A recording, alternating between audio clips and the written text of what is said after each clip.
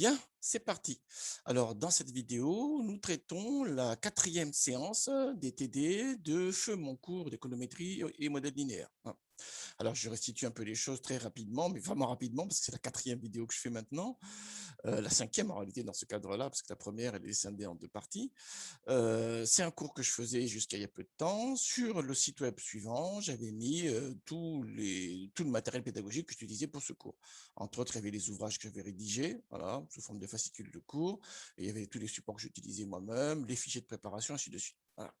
Ensuite, j'ai arrêté ce cours, très bien. Et je me suis dit, ce serait dommage de perdre les travaux dirigés que je fais avec les étudiants. Je pense même que les travaux dirigés sont plus importants que les cours. Les cours, on en trouve partout. Tout le monde fait des cours sur la régression linéaire. Vous en trouverez. Vous tapez une requête Google, vous trouverez des cours. Vous allez sur YouTube, vous tapez régression linéaire, vous allez trouver des cours. Voilà. Ce qui manque un peu, peut-être, je ne sais pas, en tout cas, je vais essayer de pallier à cela, c'est d'essayer de mettre également les travaux dirigés, corrigés avec les explications, en liaison avec le cours. C'est ça qui est intéressant. C'est ça qui est intéressant. Voilà. Donc, c'est dans ce cadre-là que je me suis dit, pour que ça profite à tout le monde, puisque je ne fais plus le cours, je ne veux pas que ça soit perdu dans un placard, ça reste au fond d'un placard quelconque, je ne sais pas quoi. Je me suis dit, je vais mettre en ligne également tous mes TD pour que ça profite à tout le monde. Voilà. J'avais mis ça en ligne il y a quelques années déjà, très bien, les TD, ils sont là, hein, les liens, ils sont là. Et il y a peu, comme je me suis décidé à faire les vidéos, hein, à cause du confinement, j'ai été obligé de faire des vidéos. Bon, les changements, c'est toujours difficile à vivre, hein, parce que est-ce qu'on va bien le faire? Comment il faut le faire? C'est toujours des questions très difficiles, tout ça. Mais finalement, je me rends compte que j'aime bien faire des vidéos parce que j'arrive à passer des messages qui sont difficiles à passer déjà en présentiel, parce qu'en présentiel, on n'a pas le temps. Il y a plein de choses à dire. Voilà, des fois, on perd le fil et il est hors de question que je lise un support quelconque quand je suis en cours. Ça, c'est juste pas possible, ça. Voilà. Et quand je m'enflamme, quand je fais mon cours, des fois, j'ai dit des choses rapidement et j'ai pas mis l'accent trop comme il faut sur tel ou tel point. Et du coup, les vidéos me permettent également de compléter ça. Autre point important également, c'est que quand je mets des corrigés en ligne, on a le corrigé, on a les résultats, mais on n'a pas le pourquoi du comment. Donc, un, comment je procède, et deux, pourquoi j'ai procédé ainsi, et comment lire les résultats. Ça, on l'a pas, on a peu en réalité dans les résultats, dans les corrigés que je mets directement en ligne. Donc, l'intérêt des vidéos ici, c'est de compléter justement tout le matériel pédagogique qui est déjà présent sur mes sites web. C'est ça l'idée. Alors, on en est à la séance 4, là, on va réaliser la régression linéaire multiple sous R. Alors, on a déjà fait la régression linéaire multiple à la séance 2. On utilisait un tableur à l'époque. OK. Pourquoi j'avais fait ça? J'avais expliqué que j'avais besoin qu'on manipule toutes les formules pour bien voir si on a bien compris ce qu'il faut faire. OK, ça c'est fait. Ensuite, si on veut aller plus loin, on peut utiliser d'autres outils. Ça également, c'est quelque chose sur lequel je suis très attaché. Je veux que les étudiants puissent utiliser différents outils pour les mêmes méthodes. Voilà. Il ne faut pas qu'ils soient dépendants des outils. Je sais le faire sous R, mais je ne sais pas le faire sous d'autres outils. Ça, c'est le genre de choses que je ne veux pas entendre. Voilà. C'est pour ça que dans mes enseignements, j'utilise des outils de manière indifférenciée. Principalement, j'utilise beaucoup R et j'utilise beaucoup Python. Et je mixe les deux. Je mixe les deux. Voilà. Là, donc, on est à la quatrième séance. On va aller sur la régression multiple, et par rapport à ce qu'on a fait la séance 2, je vais rajouter des thèmes scientifiques, des thèmes supplémentaires. Ces thèmes supplémentaires, c'est l'étude des résidus principalement, avec les tests de normalité, puis donc la détection des points aberrants, avec des méthodes multivariées cette fois-ci. Voilà. Et ce que je mets en place également, c'est la sélection de variables. Voilà ce qu'il y a en plus ici par rapport aux autres TD. Sélection de variables plus sophistiquée cette fois-ci.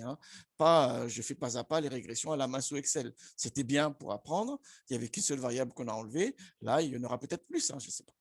Alors, autre nouveauté dans cette TD-ci, je vais utiliser d'autres données que les voitures. C'est dur, c'est très dur. Mais je vais le faire quand même. Je vais utiliser d'autres données que les voitures. On va utiliser les données cigarettes. Voilà, c'est ça l'idée. Alors, TD4, TD4, c'est ça. Voilà, donc vous trouvez sur Internet, l'URL est là, vous avez le lien de toute manière. Voilà. Et dans TD4, il y a le sujet qui est là, avec les données et le corrigé sous forme de notebook Markdown. De notebook Markdown de R. Voilà. Ça également, c'est un élément important. Comme ça permettait de mettre directement les commentaires, des résultats, ainsi de suite. Du coup, dans cette vidéo, je vais procéder un peu différemment. C'est-à-dire que je vais prendre directement le markdown corrigé et je vais l'exécuter pas à pas en expliquant chaque étape. Donc, je ne vais pas taper du code, je ne vais pas faire les manipulations, je vais directement sur du code déjà préparé, je l'exécute et on le lit ensemble. Je dis ce qui est important à voir, ainsi de suite. Voilà l'idée. Bien. Alors, la fiche de TD est là. Bon, je l'ai parcouru un peu avant de faire la vidéo, c'est pour ça qu'on est à la fin. Très bien. Ce qu'il va avoir en plus, c'est que j'ai mis les liens, bien sûr, sur le tutoriel habituel. Donc, il y a un tutoriel là sur la manipulation des données SOR. J'avais expliqué ça dans la vidéo précédente que généralement, ce type de tutoriel-là, je l'envoie en amont aux étudiants pour qu'ils puissent le regarder. Comme ça, ils s'entraînent à utiliser R un peu. Je ne veux pas qu'ils arrivent en salle TD, je donne la fiche de TD, j'explique ce qu'il faut faire et paf, ils ne savent même pas lancer R. Non, non, c'est pas possible ça.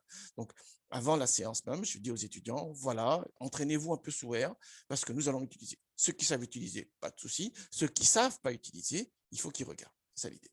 Ensuite, il y avait aussi d'autres tutoriels qui sont plus en lien avec le cours. Là, typiquement, c'est un tutoriel sur, sur le diagnostic de la régression, avec les différents thèmes que nous allons justement étudier ici. Voilà. Très bien, donc là. Et le suivant, c'est le livre sur la régression linéaire multiple, voilà, parce qu'il y a une section qu'on va utiliser plus tard. La section 10.4, on verra ça tout à l'heure. Enfin, puisque un des éléments clés de cette séance, c'est l'étude des résidus, justement, j'ai préparé le support de cours sur les résidus. Et enfin, on a toujours besoin des fonctions pour le calcul des quantiles et des probabilités des lois statistiques d'usage courant. Student, normal, qui de Fisher, ainsi de suite. Bien. Alors, comme maintenant vous savez comment je procède, je mets ça en ligne ici et je vais ouvrir R. Donc, je réduis ça un tout petit peu, il faut que ce soit visible quand même. J'ai vu que quand on met en 720 points, on arrive à lire ce qu'il y a écrit dans le rapport, dans la copie d'écran, enfin dans l'écran que vous voyez. Donc, ça, c'est important. Alors, 2 secondes. Bon, il y a le Markdown qui est là, très bien. Ça, c'est le fichier de données. Alors, le fichier de données, qu'est-ce qu'on a? Alors, je l'ouvre ici, je le mets là. Ce qu'on veut prédire, ce qu'on veut expliquer, c'est la teneur en monoxyde de carbone des cigarettes. Donc, on a une série de cigarettes là. Donc, la première colonne là, c'est des noms de marques de cigarettes. Voilà, donc c'est un label en réalité. Et la première ligne, c'est les noms des variables, avec cigarettes pour dire, voilà, telle marque, ainsi de suite. Très bien. Ce qu'on veut expliquer, c'est la teneur en monoxyde de carbone. Et pour expliquer cette teneur en monoxyde de carbone, on va se baser sur, entre autres, mais on va voir comment on va faire avec la sélection de variables, le goudron, la teneur en goudron, la teneur en nicotine et le poids de la cigarette. Voilà, c'est ça l'idée. Qu'est-ce qui est déterminant dans la nocivité des cigarettes? C'est le thème du TD. Alors ça, c'est les données d'apprentissage, si vous voulez, sur lesquelles on va essayer de modéliser. Et on dispose des données de déploiement. Donc, l'idée, c'est que je modélise sur les données d'apprentissage. Une fois que j'ai modélisé la route, je vais l'appliquer sur un échantillon sur lequel j'ai uniquement donc, la description des exogènes. Voilà. Je ne dispose pas de l'endogène ici. Vous voyez très bien. On est vraiment dans une situation réaliste, réelle, pas réelle, réaliste en tous les cas. C'est que je crée un modèle, je l'implémente dans le système d'information d'une entreprise quelconque, et ensuite, quand j'ai un nouvel individu supplémentaire, j'applique dessus pour faire la prédiction. C'est ça l'idée. Bien. Alors, une fois ce préambule fait, je vais lancer R et je vais ouvrir le projet Markdown. Voilà, il est déjà ouvert en fait. Voilà, voilà, tac, tac, tac. Je l'ouvre ici et bon, on va recommencer. Donc, je vais enlever les résultats. Voilà, tac. Voilà, voilà. Tac, et je remonte tout en haut. Alors, ici, la version de R que j'utilise, c'est la 4.1.0 que j'ai rechargée très récemment. Elle vient de sortir récemment, du 18 mai, plus récemment. Alors, qu'est-ce que je vais faire? Je vais restarter R et virer toutes les sorties. Sinon, si vous avez toutes les sorties déjà, bon, OK. Bien. Alors, première étape, donc question 1. Là, ce qui est intéressant ici, c'est que j'ai mis le corrigé sous forme de Markdown. Donc, vous avez déjà les différents commentaires que j'ai pu mettre au fur et à mesure. Alors, on nous demande de charger le fichier. Le fichier, en fait, c'est un fichier texte avec séparateur tabulation. La première colonne, c'est les étiquettes des données, c'est les marques de cigarettes. La première ligne, c'est les noms des variables. Du coup, ici, qu'est-ce qui se passe? Donc, je change le répertoire par défaut. Il est dans le répertoire démo, là, on le voit bien, dans le répertoire démo qui est là. Voilà, donc je change le répertoire par défaut. Je lis le fichier et je dis que les séparateurs de colonnes, c'est tabulation, parce qu'on voit bien que c'est tabulation qu'on a ici. Voilà, la petite flèche, on est dans Notepad++. Là. Et je demandais à ce qu'il affiche les caractères spéciaux. Donc, on voit ici la tabulation qui apparaît. Voilà. Donc, les séparateurs de colonnes, c'est bien tabulation. C'est pour ça qu'on a cep ici anti/t. Header égale à true pour dire que la première ligne, c'est le nom des variables. Et le point décimal, c'est point. Voilà. Et rowname, c'est égal à 1. 2 secondes, je reviens 2 secondes sur les données. Hein. On voit bien que le point décimal, c'est un point ici. Voilà. Et la première colonne, c'est rowname, c'est égal à 1 pour dire que la première colonne, c'est les étiquettes. Hein, c'est des noms des individus. Allons-y. Je lance. Il ne bouffe pas. Normalement, ça a bien fonctionné. Alors, première chose à faire, j'affiche les valeurs. Donc, je print les valeurs. Et on a les sorties ici. On voit bien, il y a 24 lignes en tout. Voilà. Là, on a bien les étiquettes des lignes, voilà, les marques de cigarettes, Benson, Edge, Carlton, Kent, Cool, là, voilà. Et là, j'ai les noms des variables en haut, et là, j'ai les valeurs correspondantes. Pour Alpine, sa teneur en goudron est 14,1, nicotine, ainsi de suite. Voilà l'idée. Tac. Bien. Alors, ça, c'est fait. Ensuite, je vais quand même vérifier la dimension du tableau de données. Donc, j'utilise la fonction dim pour avoir à la fois le nombre de lignes et colonnes. Sinon, on utilise le nrow, ncol. Hein, c'est ce qu'on demande ici. Hein. Voilà, dim. Allons-y. Il y a 24 lignes et 4 colonnes. Très bien. Donc, ça, c'est nickel. Ensuite, je vais vérifier qu'il a bien compris que cette première ligne-là, c'est les noms des lignes. Hein, c'est les étiquettes des lignes. C'est le label des lignes. Est-ce qu'il le comprend bien ici? J'affiche. Ah, je suis allé trop loin. Hop, OK. On a bien ici, la première colonne, c'est les étiquettes des lignes. Très bien.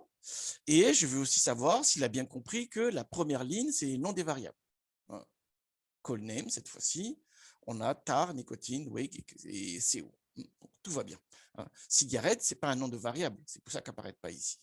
Apparaît pas ici. Bien. On calcule les statistiques descriptives. Le plus simple, c'est de passer par summary. Calculer les statistiques, le point numéro 4, calculer les statistiques descriptives. Donc, hop là, voilà. Bon. Généralement, ce qu'on peut voir ici, tout simplement, c'est est-ce qu'il y a des constantes. Ça me sert surtout à ça, voir s'il n'y a pas des anomalies, voir aussi les distributions un peu. Si la médiane est très différente de la moyenne, c'est que les distributions sont très asymétriques en réalité. Bon, ici, il n'y a pas lieu réellement de s'énerver ou quoi que ce soit. On voit en tous les cas qu'on n'a pas de variables qui sont composées de constantes. Le min est différent de le max déjà. On voit aussi peut-être un peu que la médiane et la moyenne concordent à peu près. Donc, la distribution qui sont plus ou moins symétriques. Voilà. Ça donne toujours une idée. Ça donne toujours une idée. Autre élément intéressant, c'est qu'on peut construire les graphiques par paire. Alors, les graphiques par paire, c'est quoi? C'est qu'il prend les variables par paire et il construit un nuage de points. C'est ce que je fais ici. Alors, ce type de graphique est toujours déroutant pour les étudiants parce qu'ils me disent, mais qu'est-ce qu'il faut voir ici? Ce qu'il faut voir tout simplement ici, c'est principalement, est-ce que les variables sont corrélées? Voilà. Et est-ce qu'il y a des points aberrants? C'est ce qu'on voit généralement. On voit guère plus que ça. Ça marche s'il y a le nombre de variables est relativement restreint. Si vous avez des centaines de variables, essayez de faire un graphique par paire juste pour voir, ça ne va pas marcher. Si, ça va marcher, mais c'est totalement illisible. Là, on a une base qui a 4 variables. Faire un graphique par paire, c'est très bien. On peut voir les choses ici. Alors, qu'est-ce que je vois par exemple? Je vois que la teneur en goudron, tar et nicotine est fortement corrélée. Voilà. Donc, ce cadran-ci, en réalité, c'est le croisement entre nicotine en abscisse, voilà, et le tar en ordonnée. Ce cadran-ci, c'est le croisement entre CO, la teneur en monoxyde de carbone en abscisse, et le tar en ordonnée, ainsi de suite. Voilà. Donc, on a le croisement des variables prises 2 à 2. C'est ça qu'on veut voir ici. Alors, CO est la variable cible, l'endogène. Donc, voir les variables corrélées avec l'endogène, ça donne déjà une idée sur comment les variables vont jouer dans la régression. Donc là, on voit que le goudron est fortement corrélé avec le monoxyde de carbone, donc ça doit être dans les variables explicatives une des variables qui va beaucoup jouer. On voit aussi que nicotine est fortement liée avec CO, donc normalement, il devrait beaucoup jouer également, mais on va voir qu'il y a autre chose qui joue. Voilà. Le poids, en revanche, on ne le voit pas. Mais là, dans ce cadre-ci, je vois que les relations individuelles et dans la régression linéaire multiple, on a plusieurs variables, justement. Voilà. Donc, c'est qu'indicatif. C'est un graphique indicatif qui nous donne des idées. En tout cas, je vois des choses. je vois qu'il y a des variables fortement corrélées. Là, tar nicotine, tar CO, nicotine CO, je vois ça. Autre point important, c'est qu'il y a un groupe de cigarettes. Là, je ne sais pas s'il y en a un ou plusieurs, hein, parce qu'il peut y avoir des superpositions. Mais je vois en tous les cas qu'il y a une cigarette qui est relativement safe, si je puis m'expliquer ainsi, hein, avec une faible teneur en goudron, faible teneur en nicotine et faible teneur en monoxyde de carbone. Ça peut être intéressant, il est vraiment loin des autres celui-là. Hein. Donc c'est une cigarette, apparemment, je ne sais pas ce qu'elle fait, mais bon, elle est moins nocive que les autres. Donc ce serait intéressant, dans la vie réelle, si vous traitez une base réelle, allez voir ce qui se passe avec cet individu-là. Hein. Pourquoi il est si loin des autres, voilà, et qu'est-ce qu'il fait là, comment il joue, ainsi de suite. Est-ce qu'il faut l'inclure dans la population ou pas? Voilà. Bien. Alors, j'avais mis des commentaires donc dans le Markdown qui sera disponible en ligne, là, qui est disponible sur le site web. Vous avez bien ces différents éléments. Bien. On arrive au point numéro 2, la régression linéaire multiple. OK. On vous demande de réaliser les régressions linéaires multiples avec la commande LM de page 5, mais bon, on a déjà le corrigé ici. Allons-y alors. Cette fois-ci, donc j'ai plusieurs variables. Dans la vidéo précédente, j'avais qu'une seule variable explicative. Donc, je fais appel à la fonction LM. Je veux prédire le CO en fonction de tar, nicotine et wake.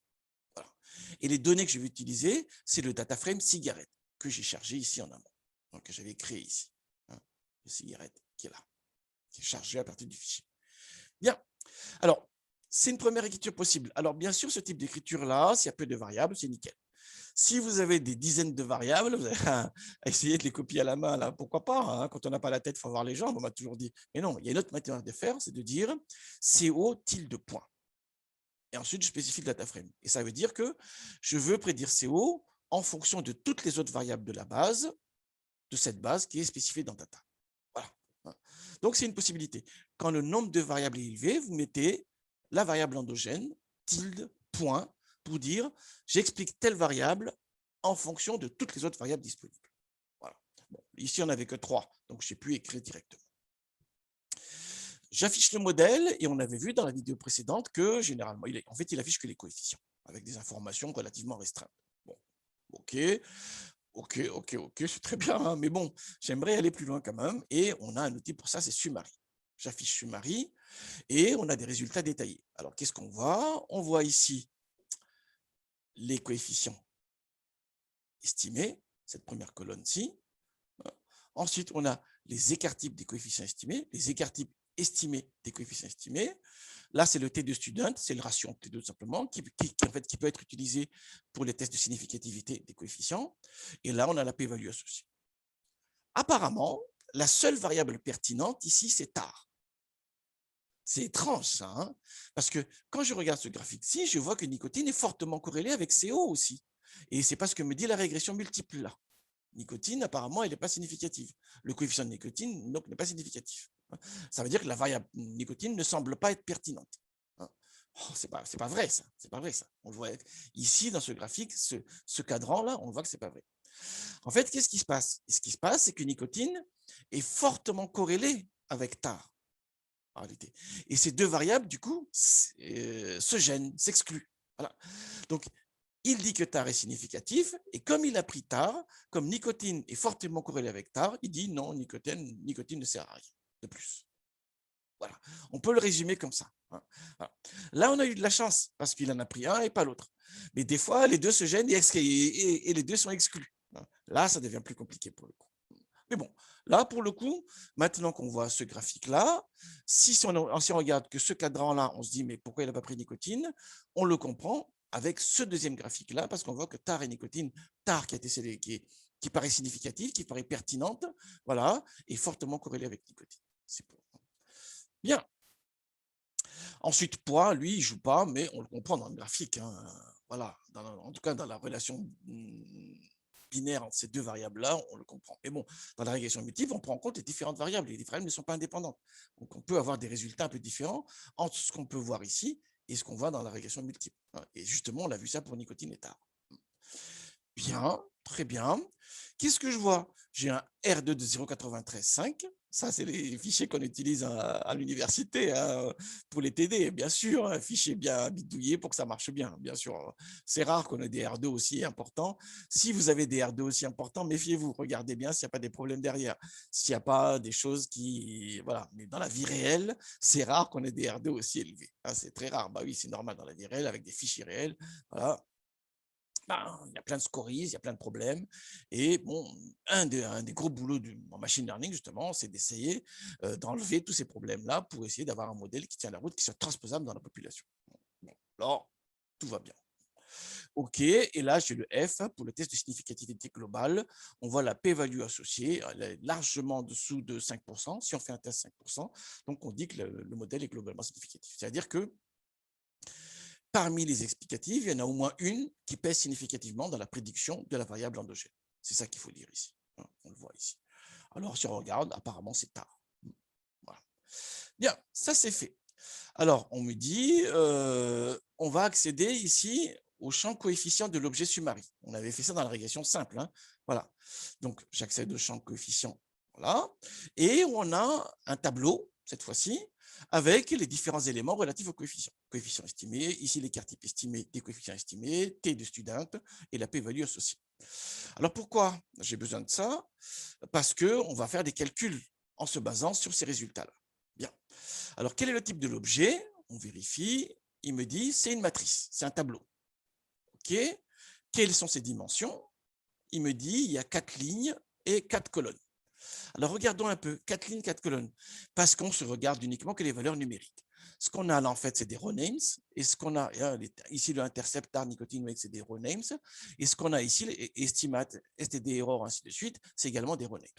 Donc, la dimension de la matrice, c'est 4, 4. Le moins 0,55, du coup, c'est la cellule ligne 1, colonne 1. Le 2,97, ligne 1, colonne 2. Le 2,07, c'est ligne 4, colonne 1, ainsi de suite. Voilà. C'est important de bien voir ça parce qu'on va manipuler justement ces différentes informations-là pour faire des calculs supplémentaires. Entre autres, par exemple, on verra plus tard, le calcul des intervalles de confiance des coefficients. Bien. Alors, si on veut afficher justement les écarts types estimés et les coefficients estimés, c'est-à-dire cette colonne-ci, je vais dans le coefficient et je prends toutes les lignes de la colonne 2. Voilà. Et on a bien les valeurs qui sont là, de 97, voilà, ainsi de suite. Et c'est bien ce qu'on a là. Bon, ça, c'est nickel. Okay. Alors, pourquoi j'ai besoin de ça? Parce qu'à la question 10, on me dit calculer les intervalles de confiance des coefficients, voilà, au niveau de confiance 95%.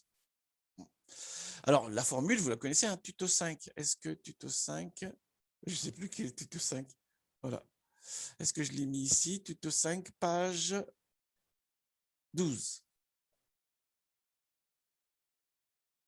Je ne sais pas s'il y a les formules. Enfin, ça, j'ai un gros doute d'un coup, là. Alors, page 12.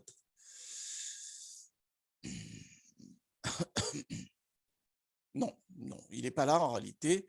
Non, il n'est pas là en réalité. Alors, je ne sais pas qui est le tuto 5. Alors, je me suis perdu là. Hein. C'est pas grave. Ah, c'est pour les calculs des quantiles que j'ai parlé tuto 5. Voilà. Alors, la formule, vous l'avez dans le cours. Hein. Bon, je n'ai pas ouvert le cours ici. Voilà, non, il n'est pas ouvert là, ben, c'est pas grave. Vous regarderez dans le cours le calcul des intervalles de confiance des coefficients estimés. C'est tout simplement le coefficient plus ou moins le quantile de la loi de student multiplié par l'écart type estimé du coefficient estimé. Voilà, c'est ça la formule. Ça, vous l'avez dans le cours. On ne va pas s'attarder des. Voilà. Donc, j'ai besoin de quoi? Des coefficients estimés. C'est ce qu'on a dans cette colonne-ci. J'ai besoin de quoi? Des écarts types estimés des coefficients estimés. C'est ces colonnes-ci.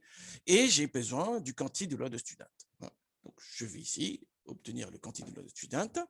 Alors, à 95%, donc on prend le quantile d'ordre 0,975, ce qui est bien là. Et les degrés de liberté, c'est n moins le nombre d'explicatifs, p moins 1.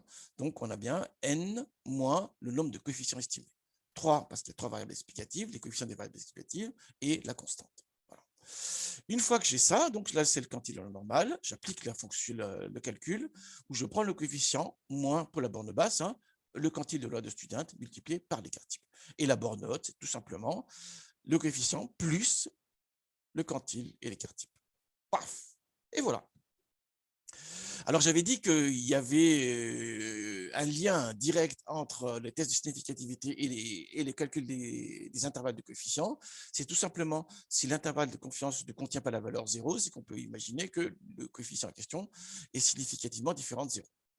Donc là, on voit bien que TAR, qui avait une p-value très faible tout à l'heure, il ne contient pas le 0 dans son intervalle de confiance.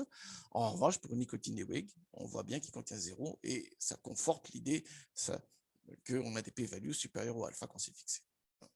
Mais bon, c'est une autre manière de voir les choses, c'est toujours mieux de faire. C'est bien un conseil que je donne, c'est faites toujours le même problème demandé de deux manières différentes et croisez les résultats. Il faut toujours croiser des résultats. S'il y a bien un conseil que je donne, c'est vous attaquer le même problème avec des approches différentes et croiser les résultats. S'ils sont cohérents, ça ne veut pas dire que c'est juste, mais au moins, ça permet de savoir qu'on n'est pas loin de la vérité. Si ce n'est pas cohérent, ça veut dire qu'il y a un problème. Soit dans une approche, soit dans l'autre approche, ou bien dans les deux approches d'ailleurs. Bien, ça c'est fait. Analyse des résidus. Donc, on analyse des résidus. Maintenant, on va récupérer les résidus. Les résidus, c'est tout simplement le Y moins Y chapeau. Le Y moins Y observé, la variable cible observée, moins le Y chapeau, la variable cible, les valeurs estimées de la variable cible en se basant sur le modèle. Donc, il y a une propriété pour ça dans le modèle qu'on a estimé, c'est residuals. J'accède directement et je calcule la moyenne. La moyenne des résidus, c'est égal à 0 forcément. Dans la régression avec constante, la moyenne des résidus est égale à 0. Et c'est bien ce qu'on a là. Là, c'est 0 moins 0,000 et c'est la 17e décimale qui a le 6. C'est un problème de précision tout simplement. Mais c'est bien 0 en réalité. Ça également, c'est bien quelque chose qu'il faut absolument qu'il faut utiliser comme vérification. Vous calculez la moyenne des résidus. Si c'est différent de 0, arrêtez tout de suite. Il y a un souci là. Ça ne sert à rien de continuer. Il y a des problèmes. Bien, alors je continue. Alors je vais quand même écarter ça un peu. Voilà. On veut vérifier. Construire le graphique nuage de points en croisant en abscisse les valeurs de la variable cible et leur donner le résidu. Ce graphique des résidus usuels. J'avais dit, mais je me répète, mais des fois, il faut répéter les choses, c'est que dans le graphique des résidus, en ordonnée, c'est toujours le résidu, et en abscisse, on met ce qu'on souhaite mettre selon ce qu'on veut observer. Donc, moi, ici, j'ai mis la variable cible. Très bien. Voilà. Alors, les résidus, tout va bien si les points sont dispersés aléatoirement, ce qui est plutôt le cas ici. Plus ou moins, mais c'est plutôt le cas. Voilà. Alors, s'il y a des formes caractéristiques ou s'il y a des points qui s'écartent, il faut s'inquiéter. Alors, à vue d'œil comme ça, on voit que là, il y a un point qui s'écarte, mais on avait vu dans le graphique par paire qu'effectivement, il y a une cigarette qui a une valeur très faible de teneur en monoxyde de carbone. On le retrouve bien ici. Et on voit qu'il y a des deux points qui semblent mal modélisés. Ce point-là et ce point-là. Très bien. Voilà, à peu près, mais bon, je ne sais pas réellement si statistiquement, ils s'écartent réellement. On ne sait pas ça, mais là, à vue d'œil, c'est ce que me paraît voir. Il faut confirmer ça par le calcul par la suite. Justement, on va utiliser les résidus donc studentisés pour vérifier ça. Mais pour l'instant, à vue d'œil, je ne suis pas trop inquiet parce que les points sont dispersés, enfin plutôt aléatoirement, dans le graphique des résidus. Ça, c'est un bon signe. S'il y avait des formes caractéristiques, voilà, s'il y a une forme de régularité dans le graphique des résidus, vous arrêtez tout de suite et vérifiez pourquoi il y a un problème. Parce que ça veut dire qu'il y a un problème. Soit il y a des variables qui manquent, soit des problèmes de non-linéarité, soit ainsi de suite, ou bien il y a des blocs dans les données également, ainsi de suite, ainsi de suite.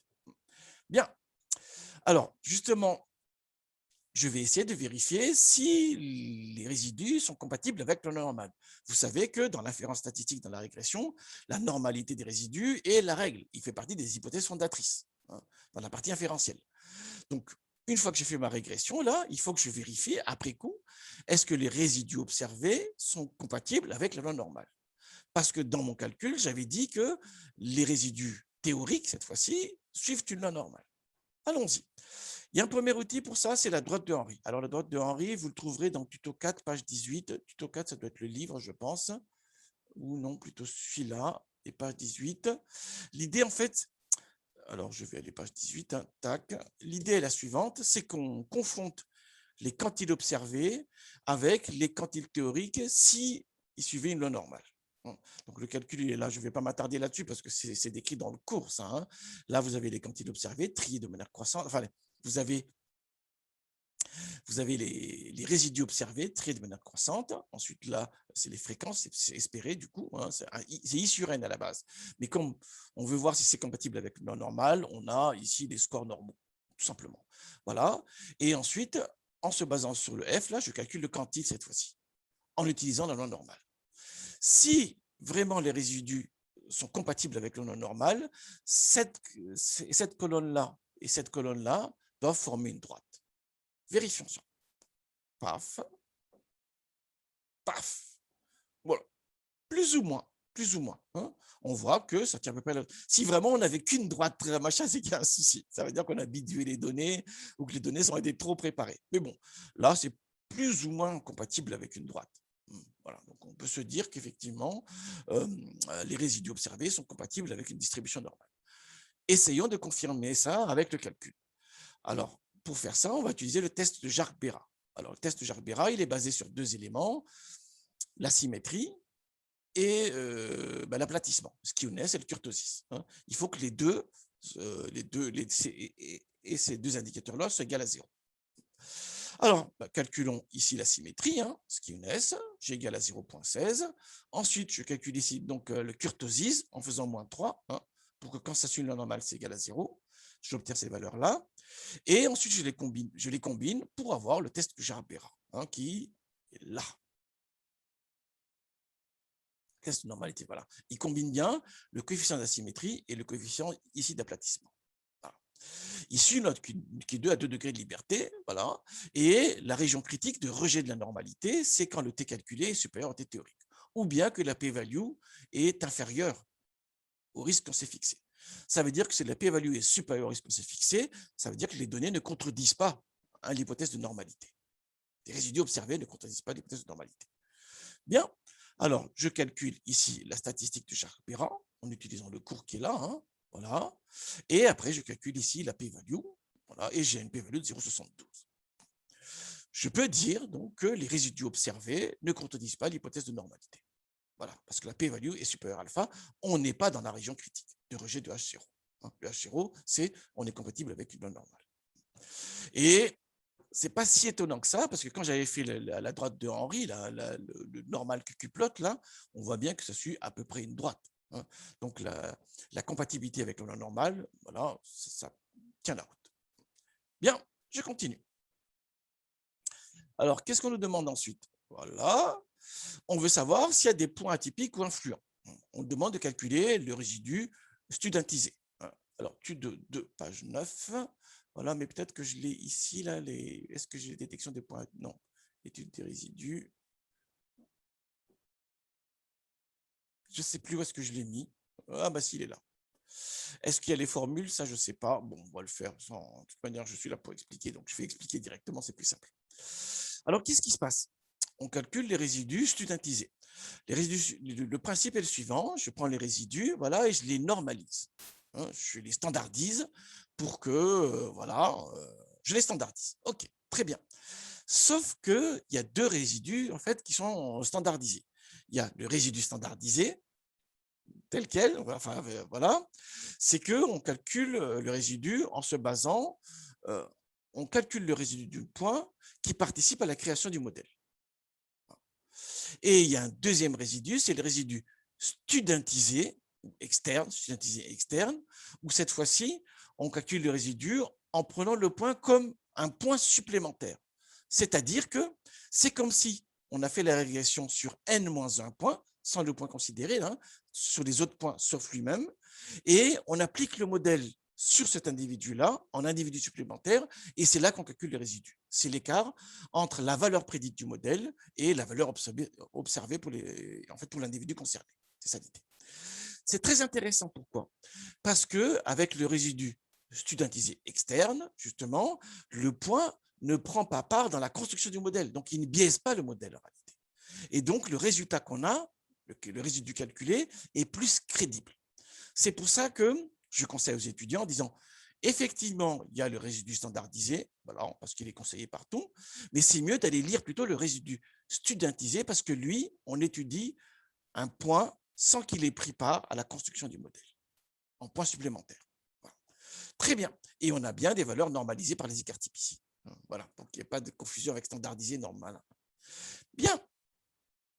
Du coup, on peut calculer des seuils parce que ce résidu studentisé suit une loi de Student. Voilà. Alors, admettons que je fixe un seuil alpha de 10%. Donc, je vais pouvoir calculer des bornes. Et ceux qui sont à l'extérieur de ces bornes, on peut dire qu'ils sont suspects. C'est-à-dire que le résidu est excessivement élevé en valeur absolue. Alors, je prends beaucoup d'explications. Pourquoi? Parce que là, ça paraît un peu étrange. Qu'est-ce qui se passe? On a n moins p moins 2 cette fois-ci. Pourquoi on a n moins p moins 2 alors que les degrés de liberté de la régression, c'est n moins p moins 1? Parce que justement, on traite le point comme un point supplémentaire. C'est comme si donc on a fait la régression sur n moins 1 point. Du coup, les degrés de liberté, c'est n moins 1 moins p moins 1. Et quand on développe ça, on a bien le n moins p moins 2. C'est pour ça. C'est ça qui est vraiment important ici. C'est ça qu'il faut comprendre en réalité. Après le calcul, vous trouverez la formule dans le cours, il n'y a pas de souci là-dessus. Mais l'intérêt du résidu donc studentidé, c'est qu'on calcule l'erreur de prédiction en traitant le point comme un point supplémentaire. Et du coup, le résidu calculé est plus crédible cette fois-ci, parce qu'il n'est pas biaisé par le point qui aurait pris part en fait au calcul de la régression. Voilà. Bien. Une fois que cette longue explication faite, ça y est, j'ai les seuils, et du coup, je peux voir quels sont les points qui excèdent le seuil que j'ai fixé ici, en valeur absolue, soit excessivement plus grande, soit excessivement plus petite. Voilà, c'est un test bilatéral, si vous voulez. Et voilà. Et il me dit, il y a deux cigarettes en fait qui sont très différentes, c'est Multifilters et Winston Light. Voilà. On peut rendre ça aussi graphique, c'est que je fais le graphique des résidus avec la monoxyde de carbone aussi en abscisse, la variable cible observée, et je vais dessiner les seuils calculés ici. Les seuils calculés ici, c'est un seuil bilatéral, donc la valeur positive en haut et le moins, la valeur négative en bas. Donc je le fais ici, et voilà. Et donc les deux points là que j'avais détectés avec la restriction qui est là, pour savoir qui est en dessous du seuil, voilà, et qui est au-dessus du seuil, en valeur absolue. Donc là, on voit mieux dans le graphique. Donc là, le premier seuil il est là, avec le signe plus, et le deuxième seuil il est là, avec le signe moins. On est bien d'accord. Ceux qui au-dessus ici sont suspects, et ceux qui sont en dessous ici sont suspects. Il y en a deux, Winston Lines et Multifilter. C'est exactement le sens du calcul qui est ici. Finalement, le graphique est plus simple, mais j'avais besoin du calcul ici pour faire le graphique. C'est pour ça que je l'ai fait dans ce sens-là. Mais le graphique est plus facile à lire. Donc, quand vous allez lire ce graphique-là, regardez un peu les calculs en amont pour bien comprendre qu'est-ce qui s'est passé en amont et pourquoi on lit les résultats comme ceci. Bien, ça c'est un premier point de vue. Le rôle du résidu, qu'est-ce qu'il me fait là? Hop là. Le rôle du résidu studentisé, c'est qu'il permet de voir les points qui sont mal modélisés. Charge à nous par la suite de savoir pourquoi ils sont mal modélisés, ces points-là. Qu'est-ce qu'ils ont de particulier pour qu'ils soient mal modélisés? Voilà, c'est ce qu'il voit ici. Il y a un deuxième élément qu'il faut voir également, c'est un autre critère important, c'est le levier. Alors, le levier, on peut le voir de différentes manières. Ça peut être l'influence globale d'un point dans l'ensemble de la régression, c'est un premier point de vue. Moi, je préfère l'autre point de vue, c'est l'écartement du point par rapport à l'ensemble des autres points. Voilà, c'est plus ce point de vue-là qui m'intéresse. Donc, si un point est très loin des autres, on peut considérer que c'est un point atypique, parce qu'il est très loin des autres. C'est comme ça qu'on peut le voir. C'est plus ce point de vue-là qui m'intéresse ici en réalité. Alors, vous avez la formule du levier dans le cours, je ne vais pas m'attarder là-dessus. Dans R, il y a un outil qui permet de l'avoir directement. Voilà, c'est influence point mesure du modèle, va calculer les différents éléments d'inspection du modèle basé sur les résidus, tout simplement. Allons-y. On a plusieurs éléments et moi, c'est le infmat, matrice d'information, si je résume ça, qui m'intéresse. Alors, affichons infmat dans ce qu'on a calculé ici. Paf. Et voilà. Alors, bon, je ne vais pas refaire le cours. Là, c'est les DF bêta. Vous avez bien vu, on a les DF bêta ici. Là, on a les DF fit. Là, on a les cov ratio, la distance de Cook. Et ce qui nous intéresse, c'est le levier. Très bien. On va essayer de voir quelles sont les cigarettes qui sont très différentes des autres dans l'espace des descripteurs, dans l'espace des variables exogènes. OK. Alors, il n'y a pas de loi statistique ici, donc il faut trouver une autre astuce. Et l'idée est simple, tout simplement, c'est que quand je prends la moyenne des leviers, la valeur, c'est nombre de coefficients estimés, nombre de paramètres estimés divisé par n, p plus 1 sur n. Donc, on va considérer comme point suspect les points pour lesquels le levier est supérieur à 2 fois la moyenne des leviers. Voilà. C'est exactement ce qui est fait ici. Hein. Donc, je récupère ici la colonne at, la colonne des leviers, dans une variable à part. Et ensuite, je vais le comparer à 2 fois la moyenne des leviers, c'est-à-dire 2 fois P plus 1 sur N. La moyenne des leviers, si vous le calculez, faites-le. Hein. Si vous voulez le vérifier, la moyenne des leviers, c'est P plus 1 sur N. Voilà. On va le faire non, non. Si. Allez, voilà. Je vais calculer P plus 1 sur N. C'est P 3 plus 1 divisé par 24. Ça fait 0. Voilà. Et si je fais min de... Alors, comment j'ai appelé indicateur,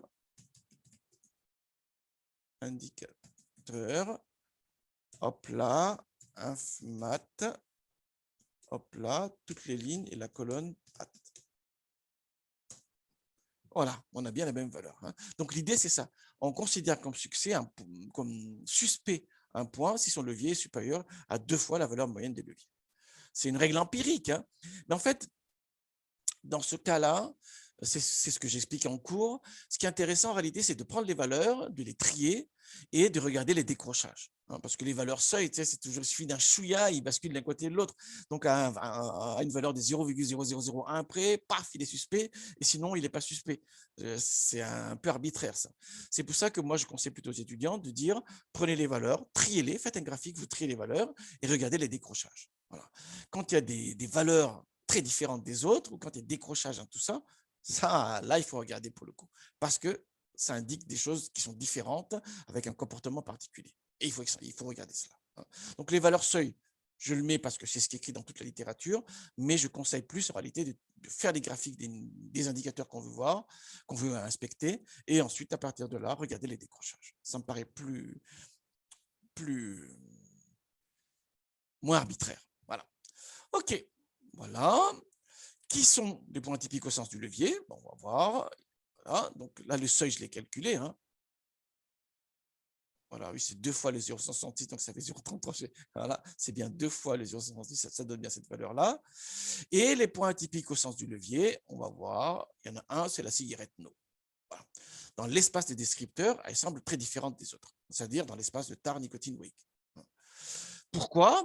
Là, il faut regarder. Ça, c'est à vous de regarder typiquement. Alors, je ne connais pas grand-chose de cigarettes, hein, mais ceux qui connaissent bien, c'est là qu'on a besoin. On dit tout le temps data science, il y a l'informatique, les statistiques, mais il y a aussi l'expertise métier. Là, on a besoin d'expertise métier. Je connais plus les voitures que les cigarettes, hein, je peux vous dire. Donc, pourquoi ces cigarettes-ci sont suspectes, la no, là, pourquoi elle est différente? Pourquoi Winston-like et puis Multifita sont mal modélisés? C'est là qu'on a besoin d'expertise métier. Et c'est là qu'on doit savoir, est-ce qu'on les garde quand même ou est-ce qu'on les exclut finalement parce que ce n'est pas la même population. Dans l'exemple des voitures, c'était évident. On avait une Porsche qui était très différente des autres. On ne va pas la mêler avec les voitures Vulgus Pecus, si vous voulez. OK. En revanche, les cigarettes, ici, bon, je ne sais pas trop. Pour l'instant, parce qu'on est dans une démarche pédagogique, je choisis de les enlever tout simplement. Mais encore une fois, hein, ce n'est pas automatique, ce n'est pas comme les antibiotiques, on est bien d'accord là-dessus. Hein. C'est comme les antibiotiques, ce n'est pas automatique. Hein. C'est tout simplement, il faut qu'on regarde bien pourquoi ces points-là sont signalés comme suspects et à partir de là, qu'est-ce qu'il faut en faire? Parmi les traitements possibles, ils ne sont pas de la même population que la population sur laquelle je travaille, et à ce moment-là, je peux les enlever.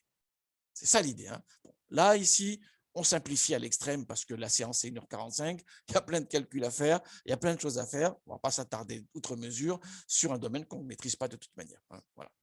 Les cigarettes, on ne maîtrise pas. Personne ne connaît. Enfin, moi, en tout cas, je ne connais pas. Bien.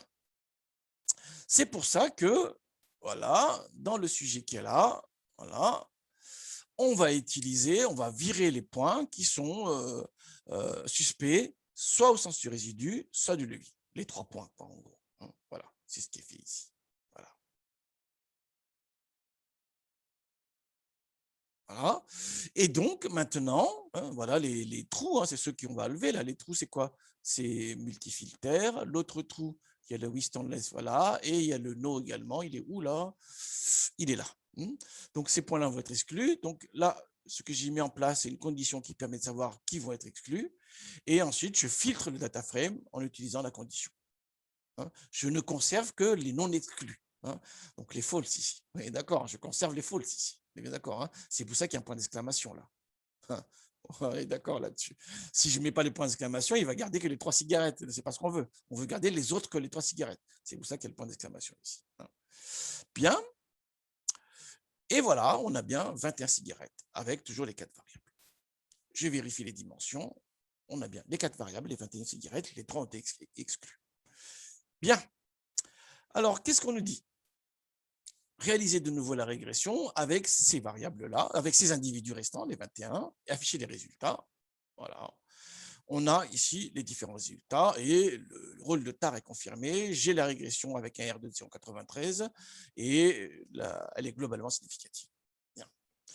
Alors, la question qui se pose maintenant, c'est que je vais essayer de je vais utiliser ce modèle-là pour l'interprétation, pour le déploiement, ainsi de suite. Donc, il faut que les variables non pertinentes, je les retire.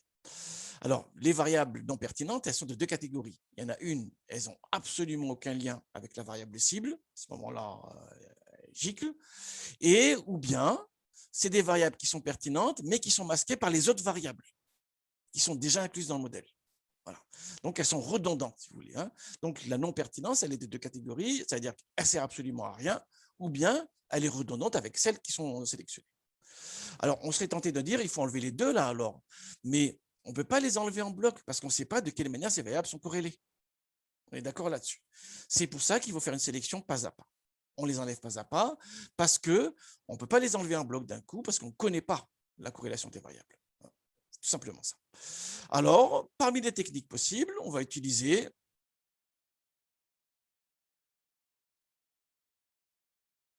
l'opposition des régressions. Qu'est-ce qui se passe?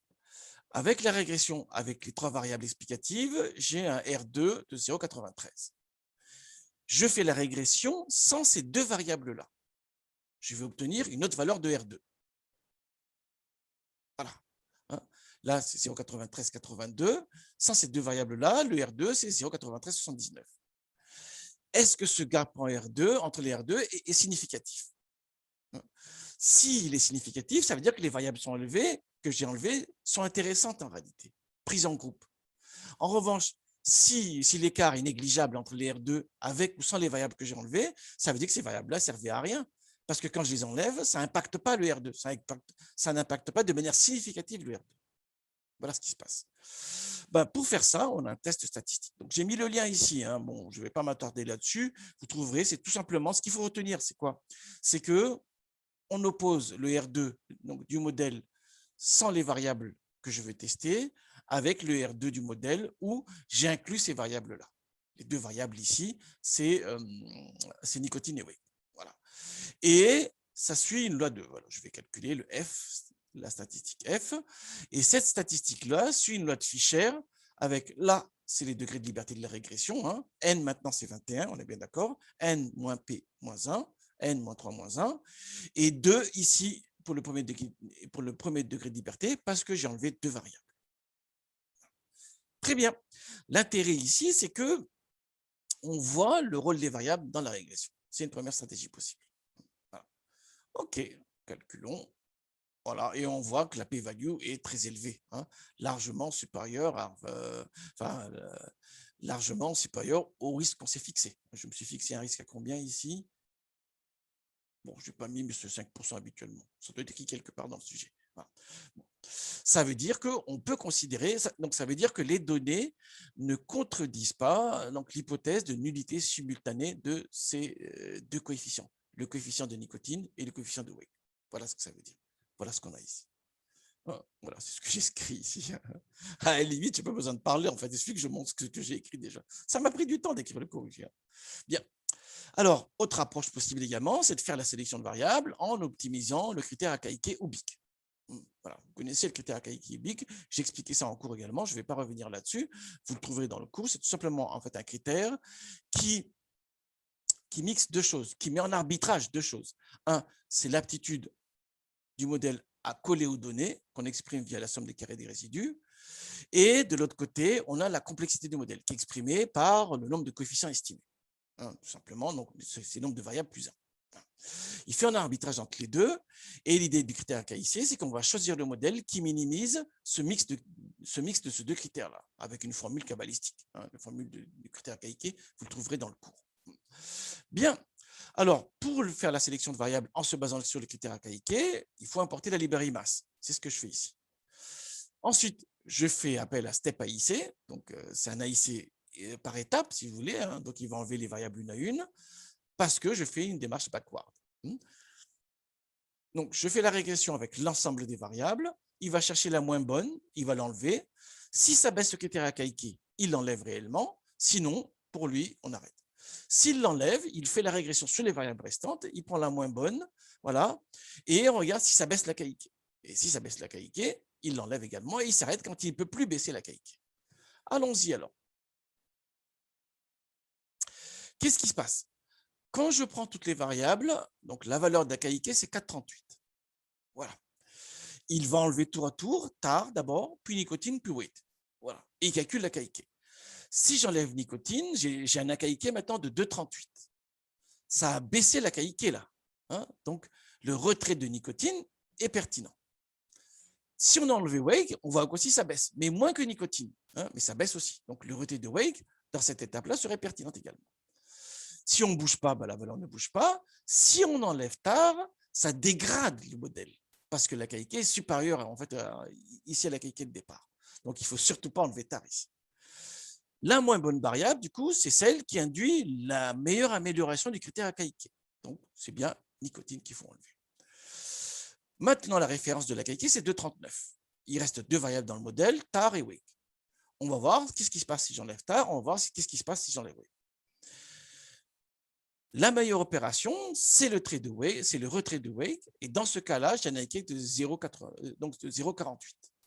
Voilà. Ça baisse ici significativement. On baisse en tous les cas. Voilà. Le retrait de wake est pertinent. Si je ne fais rien, j'ai la même valeur d'AKIK, c'est pour ça qu'on a non ici. Voilà. Et si j'enlève tar, je dégrade le modèle fortement. Donc, le retrait de tar n'est absolument pas indiqué ici. OK, j'enlève le WEG. Maintenant, la référence est 0,48.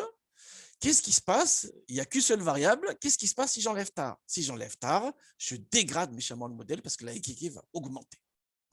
On peut faire une coupe, je n'ai pas demandé ici, mais c'est une possibilité. C'est que je demande aux étudiants tout simplement de faire une courbe d'évolution en abscisse. C'est le nombre de variables retenues, voilà, au fur et à mesure, enfin le nombre de variables retirées, une variable retirée, deux variables retirées, trois, et en abscisse, et en ordonnée, en abscisse, donc c'est le nombre de variables retirées, et en ordonnée, c'est l'évolution du critère archaïque.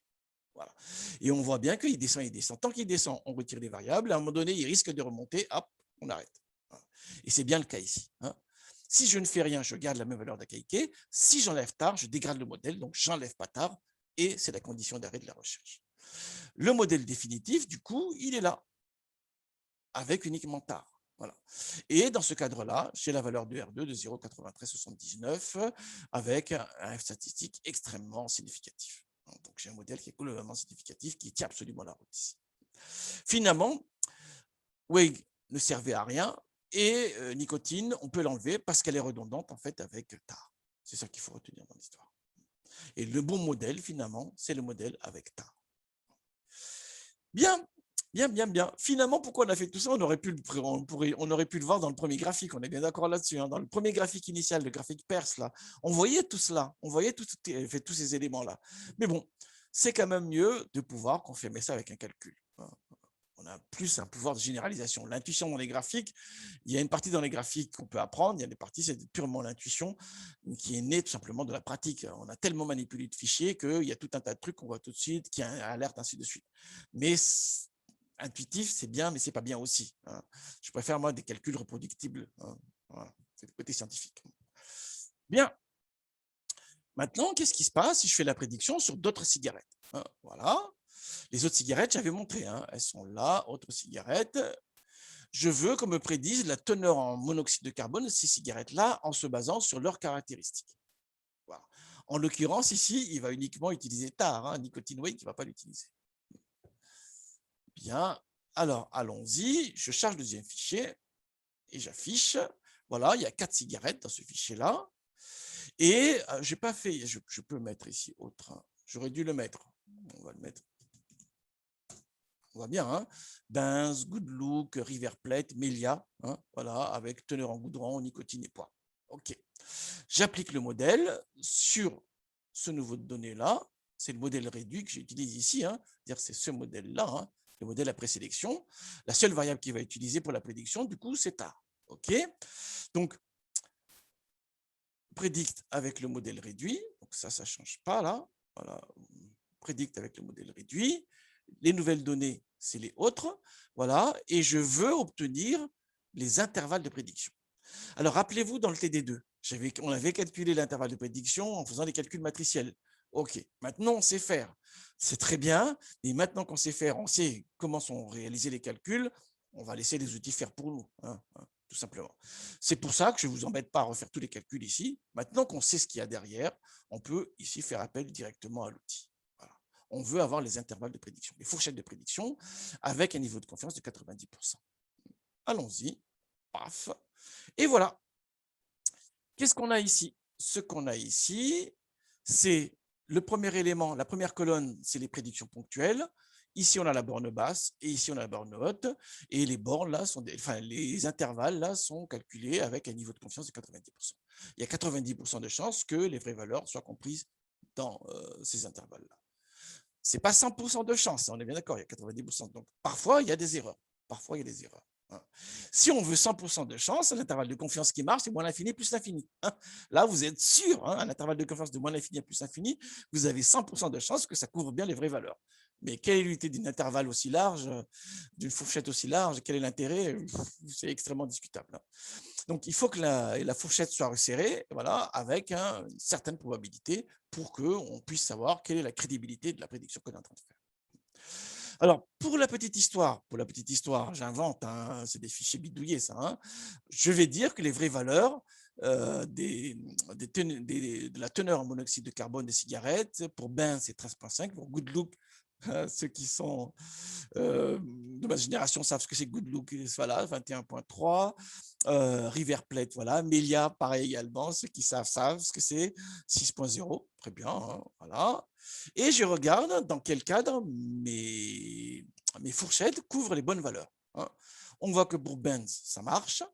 On voit que pour Good Look, qui semble particulière pour le coup, qui semble très nocive apparemment, hein, voilà, l'intervalle ne marche pas. Hein.